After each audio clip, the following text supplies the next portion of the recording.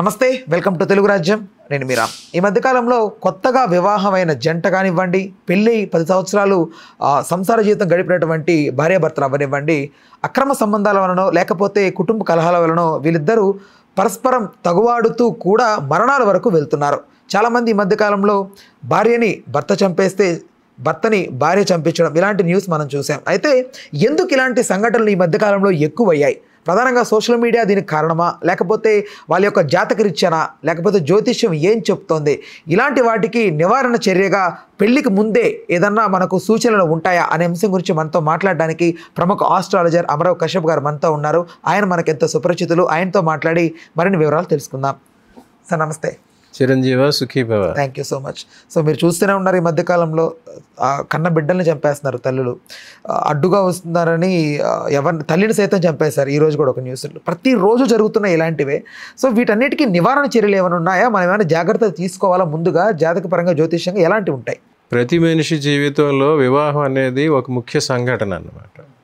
ప్రతి మనిషి, పురుషుడు కానీ స్త్రీ కానీ, పుట్టడం, పెరగటం, చదువుకోవటం, వయసుకు రావటం, వయసుకు వచ్చిన తర్వాత మళ్ళీ రీప్రొడక్షన్ చేయటం అన్నమాట. తనను పోలిన మనుషుల్నే, తనను పోలిన జీవుల్నే మళ్ళీ జీవులు ఉత్పత్తి చేయటం, నశించడం అనేది జీవధర్మం. పుట్టడం, పెరగడం, తనను పోలిన మనుషుల జీవుల్ని మళ్ళీ ఉత్పత్తి చేయటం, నశించటం, అది జీవ రాశులన్నిటికీ ఉన్నదేనమాట. అందులో మానవులు కూడా ఎగ్జాంప్షన్ కాదు. మిగతా జంతుజాలానికి అయితే వాళ్ళు జంతువులు, పక్షులు పెరుగుతాయి. మ్యాటింగ్ సీజన్లో లేడీ బర్డ్ తోటి ఫిమేల్ బర్డ్ వాళ్ళు కలుస్తారు.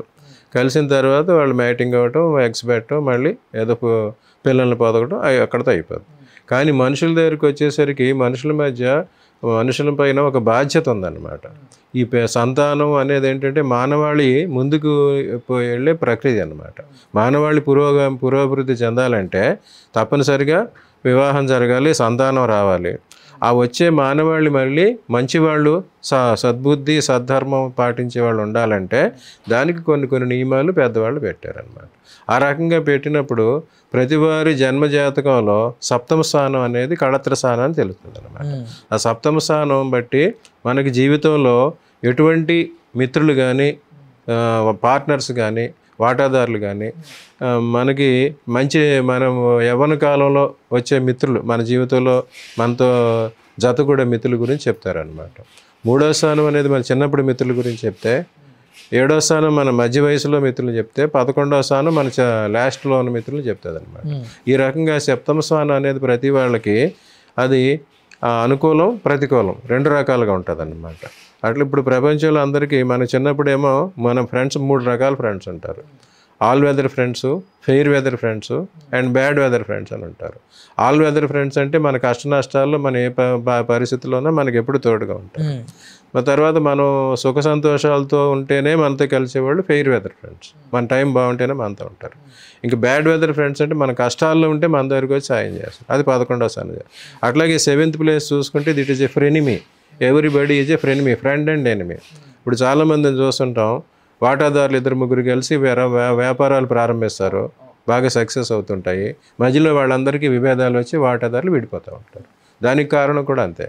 అట్లాగే పెళ్ళి కూడా ఒక బిజినెస్ అరేంజ్మెంటే, ఒకళ్ళు పరస్పర ఒప్పందం అన్నమాట. దీని ప్రకారం ఒక పురుషుడు ఒక స్త్రీని కానీ, ఒక స్త్రీ ఒక పురుషుని కానీ పెళ్లి చేసుకోవడం అనేది వాళ్ళ సప్తమ స్థానం బట్టి తెలుస్తుంది అనమాట.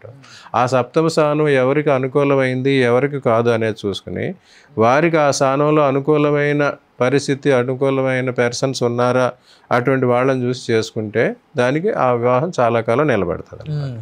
ఈ విషయంలో మనం ఎప్పుడో పురాతన కాలం నుంచి ఎప్పుడూ ఈ విషయంలో చాలా జాగ్రత్తలు తీసుకుంటారు. అసలు పెళ్ళిళ్ళు అనేవి ఎన్ని రకాలు, ఎలా ఉంటాయి అనేది కూడా ఇదివరకు చెప్పాము. సో ఈ పెళ్ళిళ్ళలో ఉన్న రకాల్లో 5-6 రకాల పెళ్ళిళ్ళు ఉన్నాయి. దేవ వివాహం, ఆర్ష వివాహం, రాజాపత్యం, అసుర వివాహం, రాక్షస వివాహం, 5 రకాల పెళ్ళిళ్ళు ఉన్నాయి. దేవ వివాహం అంటే దేవుణ్ణే పెళ్లి చేసుకునేవారు ఇదివరకు పూర్వకాలంలో. నేను వెంకటేశ్వరాన్ని పెళ్లి చేసుకున్నాను, లేకపోతే శ్రీకృష్ణుని పెళ్లి చేసుకున్నానని కొంతమంది ఉండిపోయారు. మీరా అటువంటి వాళ్ళు అలా అనమాట. ఇంకా ఆర్ష వివాహం అంటే ఈ పెద్దలకు ఎవరైతే ఉంటారో వాళ్ళు ఒక యోగ్యుడైన వరుడికి ఈ అమ్మాయిని ఇచ్చి పెళ్లి చేస్తారనమాట. అది వరకట్నం సిస్టమ్ దానిలోకి వెళ్తుంది అన్నమాట. వరుడిని చూసి ఆ వరుడికి కొంత ధనం ఇచ్చి ఆ పెళ్లి చేస్తారు. అది తర్వాత ఆర్ష వివాహం తర్వాత వచ్చేసరికి వివాహం వచ్చి కన్యాశుల్కం సిస్టమ్ అనమాట. ఆ కాలంలో కొంతమంది కన్యలు దొరకనప్పుడు కన్యకి కొంత ధనం ఇచ్చి ఆమెను తీసుకెళ్ళి చేసుకున్నారు. ఇంకా ప్రజాపత్యం ఏంటంటే ఇద్దరికీ సమానంగా ఉండేదన్నమాట. ఎవరికి ఇద్దరు అమ్మాయి అబ్బాయిని సమానంగా చూసుకుని సమాన స్థితిగతులు, చదువు, ఆర్థిక పరిస్థితులు, కుటుంబం అవన్నీ సమాన విలువలు ఉన్నాయి చూసుకుని వాళ్ళకి చేసే వివాహాన్ని ప్రాజాపత్యం అంటారు. అది ఇప్పుడు అందరూ చేస్తారు. ఇకపోతే అసుర వివాహం అంటే ఏంటంటే ఎవరైనా వాళ్ళు తల్లిదండ్రులు రుణగ్రస్తులు అయిపోయి అప్పులు చేసి ఇవ్వలేని పరిస్థితులు ఉంటే ఆ అప్పులు ఇచ్చిన వాళ్ళు అటువంటి వాళ్ళు వచ్చి వీళ్ళ అమ్మాయిని బలవంతంగా తీసుకుపోయి పెళ్లి చేసుకుంటాం. అది అసుర వివాహం. ఇకపోతే రాక్షస వివాహం. రాక్షస వివాహం ఏంటంటే కొంతమందిని ఎత్తుకుపోయి వాళ్ళని కిడ్నాప్ చేసి వాళ్ళ ప్రమేయం లేకుండానే వాళ్ళ మీద అత్యాచారాలు చేసి పెళ్లి చేసుకుంటారు. అది రాక్షస వివాహం. ఇక మీ అందరికీ ఇష్టమైంది గాంధర్వ వివాహం. అది ప్రేమ వివాహం అన్నమాట. ఈ ప్రేమ వివాహాలు ఎప్పటి నుంచో ఉన్నాయి. ఈ ప్రేమలన్నీ సఫలం అవటానికి చాలా కారణాలు ఉంటాయి. ఎవరి జాతకంలో అయితే చంద్రుడు, శుక్రుడు అనుకూలంగా ఉండి వాళ్ళు 1-7 స్థానాల్లో ఉన్నారో వాళ్ళకి ప్రేమ వివాహం జరుగుతుంది అనమాట. కానీ ఆ చంద్రుడు, శుక్రుడు పూర్తిగా అనుకూలంగా లేకపోతే ఆ ప్రేమలు ఫెయిల్ అవుతాయి అన్నమాట. ఆ ఫెయిల్ అయినప్పుడు అది అసలు వివాహం వరకు వెళ్ళదా అనేది చూసుకోవాలి. వీళ్ళకి ప్రేమ వివాహం జరుగుతుందా, జరిగితే ఎంతకాలం ఉంటుంది, చివరికాలం ఉంటుందా లేదా, అది ఒక విషయం. వీళ్ళకి కొంతమందికి ప్రేమ ఫెయిల్ అవుతుంది. చాలామంది ప్రేమించుకుంటారు, కొన్ని సంవత్సరాలు చెట్లు పెట్లు చుట్టి ఇందిరా పార్క్ చుట్టూ తిరుగుతారు, కానీ పెళ్లి వరకు వెళ్ళదు. అంటే అక్కడ చంద్రుడు అనుకూలం అంతగా లేదనమాట. కొంతమంది ఏం చేస్తారు, పెళ్లికి ముందే ఓయో రూమ్స్కి వెళ్ళటం, రకరకాల సౌఖ్యాలు అనిపించడం, అది జరుగుతుంది. దానికి శుక్రుడు కారకుడు. సో ఈ రకమైన ప్రక్రియలన్నీ పూర్తయిపోయిన తర్వాత వీళ్ళకి పెళ్ళిని అనేది ఫిక్స్ చేసేవాడు బుధుడు అన్నమాట. ఎవరికైనా ఈ వివాహ బంధాలు ఉండాలంటే 5 రకాల గ్రహాలు అనుకూలం కావాలి.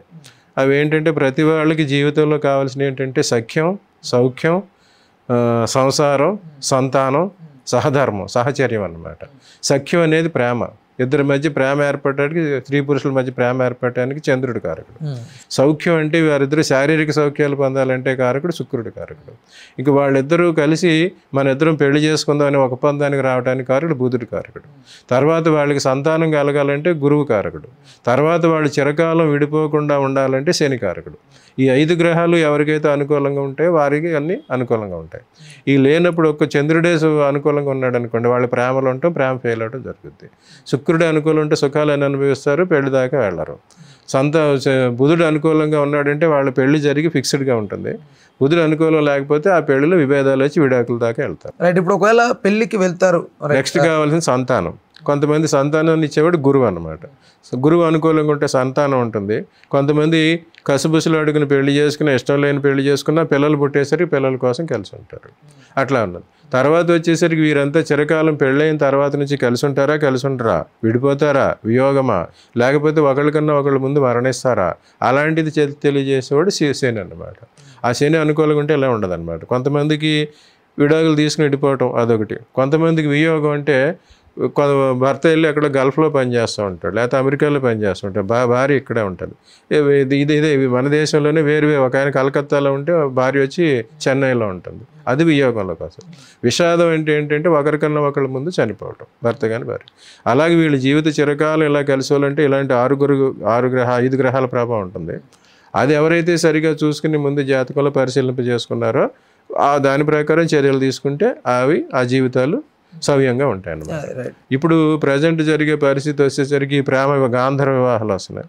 ఈ గాంధర్వ వివాహంలో భాగంగా ఏదో ఫేస్బుక్లో చూడటం, ఇన్స్టాలో చూడటం, వాళ్ళతో మోహంలో పడటం, అది ప్రేమ కాదు. ప్రేమ అనుకుంటున్నారు, అది ప్రేమ కాదు. ప్రేమకు కారకుడు సఖ్యుడు, అది మోహం. ఆ మోహానికి కారకుడు శుక్రుడు అనమాట. ఈ శుక్రుడి ప్రభావంలో ఉండటం, తర్వాత దాని మీద వీళ్ళు ఏదో ఆశించటం, ధనం ఆశించటం, ఏదో ఆశించటం, అది జరిగినప్పుడు ఇట్లా జరగటం. సరే, అలాగైతే ఎవరికైతే అష్టమాధిపతి సప్తమాన్ని చూసాడంటే, అష్టమాధిపతి సప్తమాధిపతి వాళ్ళకి మరణకారకులు అయ్యారంటే అటువంటి వారి విషయంలో ఇటువంటి సంఘటనలు జరుగుతుంటాయి. ఎవరికైతే భర్త స్థానంలో అష్టమాధిపతి, సప్తమాధిపతి, 12వ స్థానం అధిపతి అయ్యి వాళ్ళ జాతకానికి శత్రువులు అన్నమాట. కుజుడు కానీ, రాహువు కానీ అలాంటి పరిస్థితుల్లో ఉంటే వారికి ఇలాంటి పరిస్థితులు జరుగుతుంటాయి. చాలామంది కుజదోషం అనుకుంటారు. కుజదోషంలో గొడవలు జరుగుతాయి. మరీ ఎక్కువగా ఉంటే వారి మరణకారకుడు అయితే మరణం జరుగుతుంది తప్ప వైధవ్యం వస్తుంది తప్ప మిగతా రాదు. కానీ ఇటువంటి ఎక్స్ట్రీమ్గా పెళ్లి చేసుకోవడం, తీసుకెళ్ళడం, చంపేయడం అనేది కారకుడేమో ఎక్కువ రాహువు, శుక్రుడు, కుజుడు, శని ఈ కాంబినేషన్ వర్క్ అవుతుంది అనమాట. ఇలాంటి పరిస్థితి ఎవరి జాతకంలోనైనా ఉందా అనేది చూసుకుని అటువంటి వారికి సరైన ఆలోచన చేసి పెళ్లి చేసుకుంటే బాగుంటుంది. కానీ ఈ ప్రజెంట్ జనరేషన్ ఇటువంటి వాటికి అవకాశం ఇవ్వట్లేదు. ఈ ఇన్స్టా లవ్ తోటి, ఫేస్బుక్ లవ్ తోటి చూసేసరికి వారి జీవితం ఏమైపోతుందో తెలియట్లేదు. కనీసం ఆ చుట్టుపక్కల ఉన్న వాళ్ళైనా వీళ్ళని చూసైనా కొంత జ్ఞానం తెచ్చుకుని వారికి అలా జరిగింది మనకి జరగకూడదని ఇప్పటికైనా ఆ ప్రయత్నంలోకి వస్తే వారి జీవితాలు చక్కబడతాయి. రైట్. ఇప్పుడు పెళ్ళికి రెడీ అయ్యి వెళ్తుంటారు కదా, సో వాళ్ళు ఒకవేళ ఇలాంటిది ఏదైనా జరుగుతుందేమో అన్న భయం ఉండి ముందుగా చూపెట్టుకోవాలి అని చాలామంది దీన్ని దాచుతూ ఉంటారు ఫర్దర్గా జరిగే వాటి గురించి. బట్ ఇఫ్ ఇన్ కేస్ మిమ్మల్ని కన్సల్ట్ అయ్యి చెప్తే నిజంగా ఇలాంటి ప్రమాదాలు జరుగుతాయని మీరు ముందుగా ప్రిడిక్ట్ చేసి చెప్పగలరా? చాలామంది పెళ్లి విషయంలో కన్సల్ట్ చేస్తారు. ఇప్పుడు ప్రపంచంలో, ఇప్పుడు ప్రజెంట్ సమాజంలో అందరూ జ్యోతిష్యుల దగ్గరికి వచ్చేది 2 విషయాల్లోనే. 1 పెళ్ళి, 2 పిల్లలకు ఉద్యోగం, ఆ తర్వాతే మిగతా విషయాలు సంతానం, ఆర్థికం, ఆరోగ్యం వస్తాయి అన్నమాట. ఏ మనిషి ఏం చేసినా చేయకపోయినా పెళ్లి విషయంలో మాత్రం తప్పనిసరిగా భగవంతుడు, జ్యోతిష్యుడు గుర్తొస్తారు. ఆ టైంలో వస్తారు. వారికి జన్మజాతకం ప్రకారం అనుకూల పరిస్థితులు ఉన్నాయో లేవో చూసి చెప్తారు. అట్లాగే వాళ్ళకి ఎటువంటి వివాహం చేసుకుంటే మంచిది అది కూడా చెప్తాము. అలాగే ఇటువంటి ప్రమాదాలు ఎవరైతే ఉన్నాయో అవి కూడా చెప్తారనమాట. అంటే చాలామంది ఏం చేస్తారు, ఇంత విపులంగా చెప్పకుండా ఈ వద్దు అని చెప్తారు. ఆ వద్దని ఎందుకు చెప్పారో వాళ్ళు అర్థం చేసి ఆగిపోవాలి. అట్లా కాకుండా అసలు ఏం జరుగుద్ది, ఇప్పుడు క్వశ్చనింగ్ ఎందుకు జరుగుద్ది, ఎందుకు వద్దు అంటున్నారు, రీజన్ చెప్పండి. ఇంటి భయంకరమైన రీజన్స్ ఉంటాయి. అవి చెప్తే తట్టుకోగలరా? అందుకోసం ఈ జ్యోతిష్యులు జనరల్గా చెప్పేది ఏంటంటే ఈ సంబంధం వద్దు, ఇది అనుకూలం కాదు అట్లనే చెప్తూ ఉంటారు. కానీ ఇప్పుడు పరిస్థితులు మారినాయి కనుక వారి జన్మజాతకాలు పరిశీలించి వారికి ఎటువంటి పరిస్థితి ఉందో అన్నది చెప్తే వారి ఇటువంటి ప్రమాదాల నుంచి వారిని మనం తప్పించవచ్చు. రైట్. ఇప్పుడు కొంతమందికి అనుమానాలు ఉంటాయి, పెళ్లి తర్వాత నాకు ఇలాగ ఏదైనా జరుగుతుందేమో, లేకపోతే నా భార్య నా మీద ఏదైనా ప్లాన్ చేస్తుందేమో అని ఎవరికైనా అనిపించి వాళ్ళని ఒకసారి వాళ్ళ జాతకం, ఇద్దరు జాతకం మీ దగ్గర తీసుకొస్తే మీరు ముందుగా చెప్పగలుగుతారా జరిగే వాటి గురించి ఏమన్నా? చెప్పచ్చు. ఎవరికి అనుకూలమైన భార్య వస్తుంది, ఎవరికి రాదు, ఎవరి వల్ల ప్రమాదం, ఎవరి వల్ల భార్య ఇప్పుడు మరణగండం ఎవరికి ఉంటుంది, భార్య ఉందా లేదా అనేది ముందు జాతకంలో చూసి చెప్పచ్చు. రైట్. దీనికి నివారణ చర్యలు అంటే ఏమైనా ఉన్నాయా? నివారణ చేయాలి ఎవరెవరి వ్యక్తిగత జాతకాన్ని బట్టి చూడాలన్నమాట. వారికి కళ్యాణకారకుడు ఎవరు, సప్తమాధిపతి ఎవరు, శుక్రుడా కుజుడా ఎవరు, అక్కడ దోషం చేసేవాళ్ళు ఎవరు అనేది గమనించి ఏ గ్రహాలు అయితే వాళ్ళకి వ్యతిరేకం చేస్తున్నాయో వాటిని ఉపశాంతి చేయడానికి, ప్రమాదకరమైన గ్రహాలు అయితే వాటిని తొలగించడానికి, ప్రభావం తొలగించడానికి కావలసిన పరిహారాలు చెప్పచ్చు. సో చూసారు కదా మిత్రులారా, మీరు ఈ మధ్యకాలంలో ఇలాంటి వార్తలు విని మీకు కూడా అనిపిస్తుంటుంది మీ లైఫ్లో కూడా ఇలాంటివి జరిగే అవకాశం ఉందా, దీనికి ఎలా నివారణ చర్యలని తెలుసుకోవాలనుకుంటారు, ఖచ్చితంగా కింద స్క్రోల్ అవుతున్న నెంబర్కి కాల్ చేయండి. మన అమరావ్ కశ్యప్ గారు చక్కటి పరిష్కారం అందిస్తారు. పెళ్లి చేసుకోబోయే వాళ్ళైనా, పెళ్లి తర్వాత ఎవరికైనా మీ జీవితంలో జరుగుతుంది ఏంటో తెలుసుకోవాలన్నా కూడా కింద నెంబర్కి కాల్ చేసి గురువు గారిని అయితే సంప్రదించగలరు. దాంతోపాటుగా మీకు ఎవరికైనా కూడా ఆస్ట్రాలజీ మీద ఇంట్రెస్ట్ ఉండి నేర్చుకోవాలి, నేర్పే ఇన్స్టిట్యూట్ కోసం వెతుకుతుంటే మాత్రం ఖచ్చితంగా అమరావ్ కశ్యప్ గారు అయితే ఒక మంచి ఇన్స్టిట్యూట్ అయితే స్టార్ట్ చేశారండి. దానికి సంబంధించి ఆయనే వివరాలు చెప్తారు. సార్ గురుగారు చెప్పండి ఒకసారి. ఈ వనస్థలిపురంలో హోటల్ ఎస్వైన్ గ్రాండ్ ప్రెమిసెస్లో నా ఆస్ట్రాలజీ కోచింగ్ సెంటర్ ఉన్నది. అక్కడికి కొంతమంది ఆన్లైన్లోను ఆఫ్లైన్లోనూ కూడా వచ్చి నేర్చుకుంటున్నారు. అలా ఎవరైనా జ్యోతిష్యం నేర్చుకోవాలి, ఈ ప్రిడిక్షన్స్ కరెక్ట్గా చెప్పాలి అనే అభిలాషతో ఉంటే వారు అక్కడికి వచ్చి వివరాలు తెలుసుకోవచ్చు. అట్లాగే ఎవరైనా వారి వ్యక్తిగత జాతకాలు పరిశీలింప చేసుకోవాలన్నా డైరెక్ట్గా వచ్చి మాట్లాడాలనుకుంటే అక్కడికి వచ్చి అపాయింట్మెంట్ తీసుకుని కలవాలి. రైట్. సో చూసారు కదా, మీకు ఎలాంటి డౌట్స్ ఉన్నా కూడా కింద స్క్రోల్ అవుతున్న నెంబర్కి కాల్ చేసి మరిన్ని పరిష్కారాలు తెలుసుకోగలరు. Thank you. Hello, Telugu Rajyam channel చూస్తున్నారా? సామాజిక, రాజకీయ, జీవన చిత్రణే తెలుగు రాజ్యం. అతిశయోక్తులు, అసత్యాలు ఉండవు. రాజకీయ కోణం కాదు, ప్రజా కోణమే కొలబద్ద. తెలుగు రాజ్యం వీక్షణ మీ ఉత్తమ అభిరుచికి నిదర్శనం.